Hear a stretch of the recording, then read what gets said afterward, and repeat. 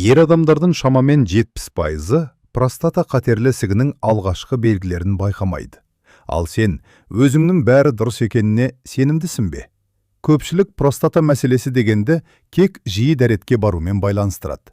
Бірақ ешкім айта бермейтін, назардан тыс қалатын белгілер бар. Олар қауіпті дерттің алғашқы дабылы болуы мүмкін. Бүгін мен ер адамдар жиі елемейтін простата қатерлі ісігінің 7 жасырын белгісі туралы айтып беремін. Олардың кейбірі соншалық күтпеген, көп адам олардың қауіпті екенін түсінбейді.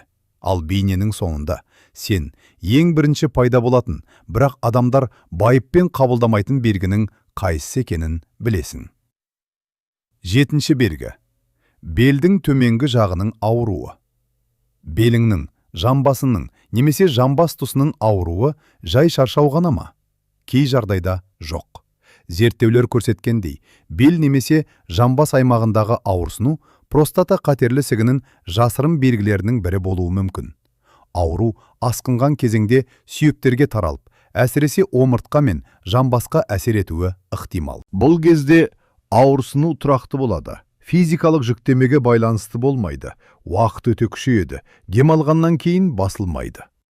Ісік жүйкелерге немесе сүйектерге қысым түсіргенде осындай ауырсыну пайда болады.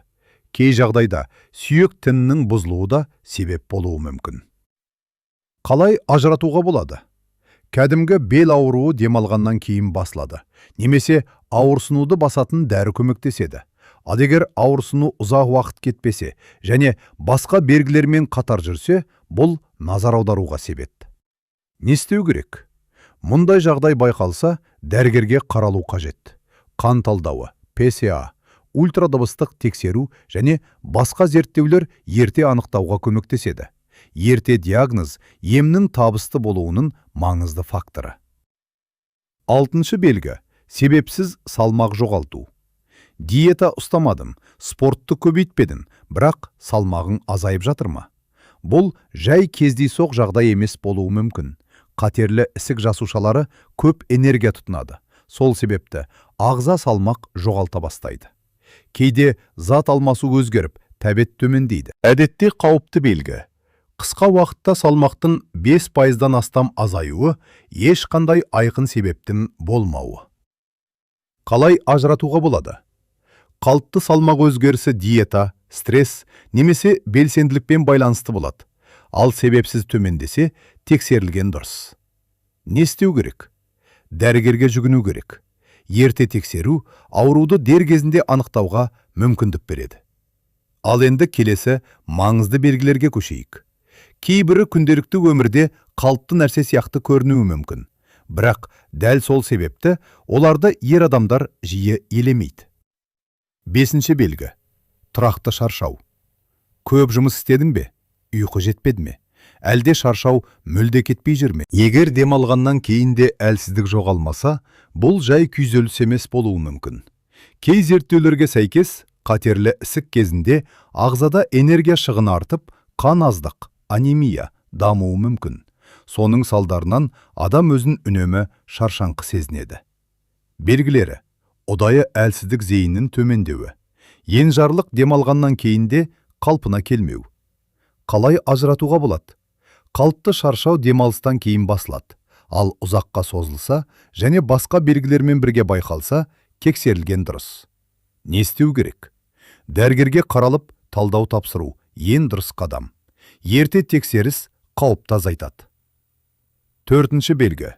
Эрекция мәселелері. Көп адам мұны тек жасқа немесе күйзеліске жабады, бірақ кей жағдайда бұл денсаулықтағы күрделі өзгерістердің белгісі болуы мүмкін.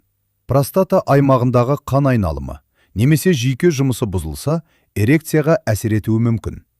Белгілері: эрекцияға жетудің қиындауы, ұзақ сақталмауы, тұрақты сипатқа айналуы. Қалай ажыратуға болады?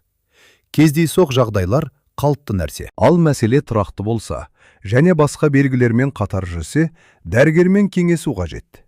Не істеу керек? Урологқа қаралу дұрыс шешім. Тексеру нақты себебін анықтауға көмектеседі. 3-ші белгі. Аяқтағы ісіну. Ұзақ тұрғаннан кейін аяқ ісінуі қалыпты, бірақ үнемі қайталанса, назар аудару керек. Кей жағдайларда ісік лимфа жүйесіне қысым түсіріп, сұйықтықтың жиналуына әкелуі мүмкін.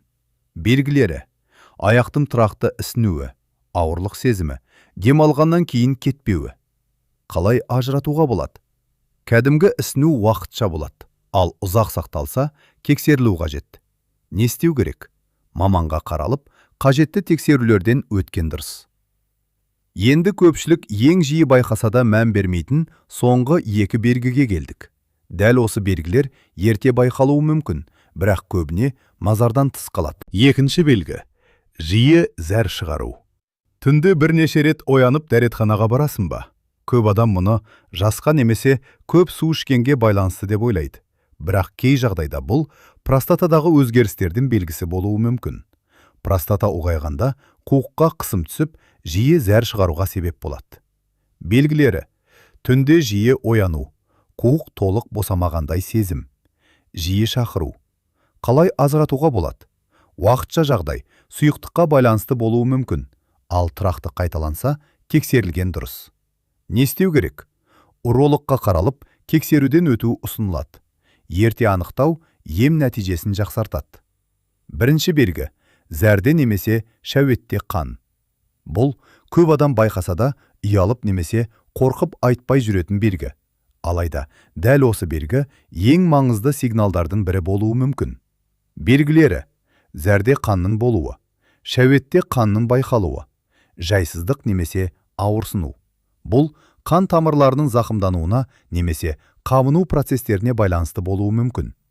Қалай ажыратуға болады? Кездейсоқ жағдайлар сирек кездеседі. Ал белгі қайталанса, міндетті түрде дәрігерге қаралу қажет. Не істеу керек? Уақыт жоғалтпай, маманға жүгіну ең дұрыс шешім. Қорытынды: міне, ер адамдар жиі елемейтін 7 белгімен таныстың. Ең маңыздысы, бұл белгілердің болуы міндетті түрде қатерлі ісік деген сөз емес, бірақ олар денсаулыққа мән беру керектігін көрсететін сигнал болуы мүмкін. Өз денсаулығыңа бейжай қарама. Егер осы белгілердің бірін байқасан, тексерілуге уақыт бөл. Ерте анықтау көптеген жағдайда үлкен айырмашылық жасайды. Есіңде болсын, көп адам ең бірінші белгіні байқаса да, оған мән бермейді. Ал денсаулық кейінге қалдыруға болмайтын нәрсе.